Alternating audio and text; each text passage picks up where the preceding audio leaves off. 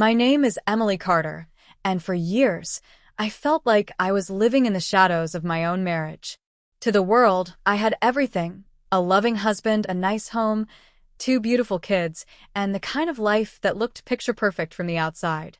But inside, behind the closed doors of our home, I felt like I was slowly disappearing. My husband, Daniel, was not a bad man. He was hardworking, responsible, and kind in many ways. But somewhere along the line, I stopped being seen, and I didn't even realize how much that hurt until everything changed. When Daniel and I first met in college, I remember the way his eyes lit up whenever I walked into a room. He used to call me his sunshine, and I believed him. He brought me flowers, wrote me little notes, and once drove 6 hours just to surprise me for my birthday. We laughed a lot back then. We dreamed of building a future together, of traveling, raising a family, and growing old side by side. For the first few years of our marriage, life really did feel like that dream. But then, like so many couples, we got caught up in the everyday grind: jobs, bills, kids, routines. Daniel worked long hours at his firm, and I stayed home to take care of our children, Ethan and Grace. My days were filled with diapers, laundry, and meal prep. His days were filled with meetings, deadlines, and clients. Slowly, the conversations we used to have turned into quick exchanges about groceries, school schedules, or who would pick up the kids. When he came home, he often buried himself in his phone or sat in front of the TV, exhausted. And I would sit next to him, feeling like a ghost. At first, I tried to brush it off. I told myself this was just a phase, that every couple goes through rough patches. But as the months stretched into years, I started to feel invisible. My birthday would come and go with nothing more than a quick, "Happy birthday, babe." When I cooked his favorite meal, he barely noticed. I even got a haircut once, a dramatic change, 10 inches gone, and he didn't say a word.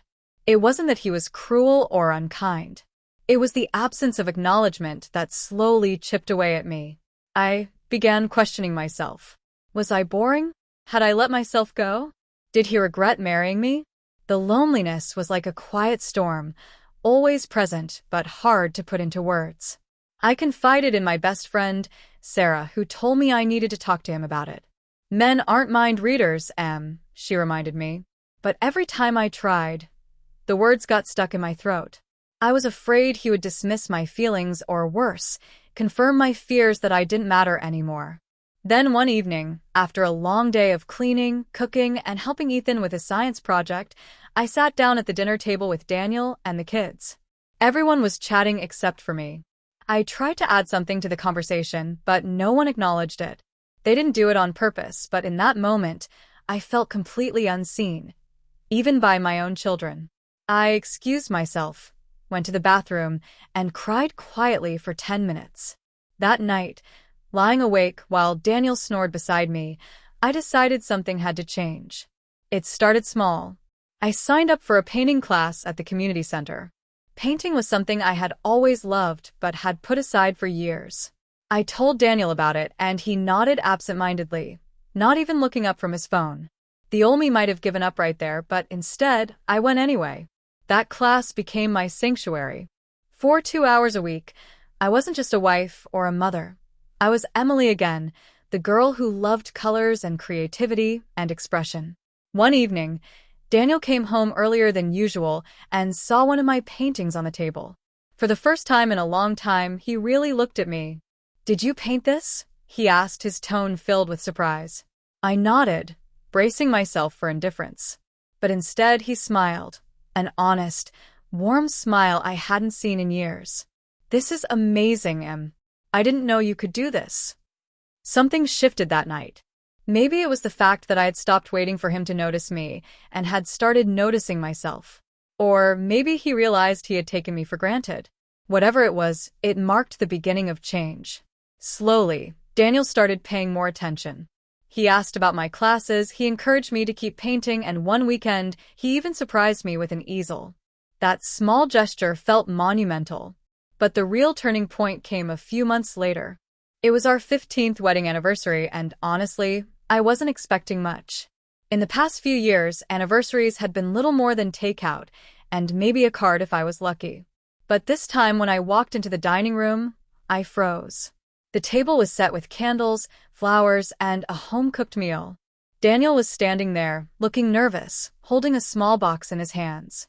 "I know I've failed you, he said softly. "I know I've made you feel invisible, and I hate that. You've given me everything. Our kids, our home, your love, and I've been so caught up in life that I forgot to show you how much you mean to me. But I see you now. I see you, Emily, and I don't ever want you to forget that again." Tears filled my eyes as he handed me the box. Inside was a delicate silver necklace with a pendant shaped like a sun. "Because you've always been my sunshine," he whispered. In that moment, the years of loneliness didn't disappear, but they softened. For the first time in a long time, I felt seen, valued, and loved.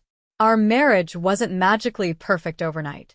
We still had challenges, still had moments of disconnect. But from that point on, Daniel made an effort, and I did too. I learned that sometimes we lose sight of each other in the busyness of life, but it doesn't have to stay that way. We can choose to find each other again. Looking back now, I realized that I had to stop waiting for Daniel to validate my existence. I had to rediscover myself first, and once I did, it gave him the chance to rediscover me too. Our story isn't one of fairy tales or grand gestures. It's a story of small steps, of brokenness and repair, of learning to see and be seen again. And maybe that's what love really is, not the fireworks of the beginning, but the quiet decision to keep showing up, to keep choosing each other, even when it's hard. I was invisible once, but I am not anymore. And every time Daniel looks at me with that same warmth he had when we first met, I know that the change wasn't just in him. It was in both of us, choosing to love again, choosing to see each other again, every single day.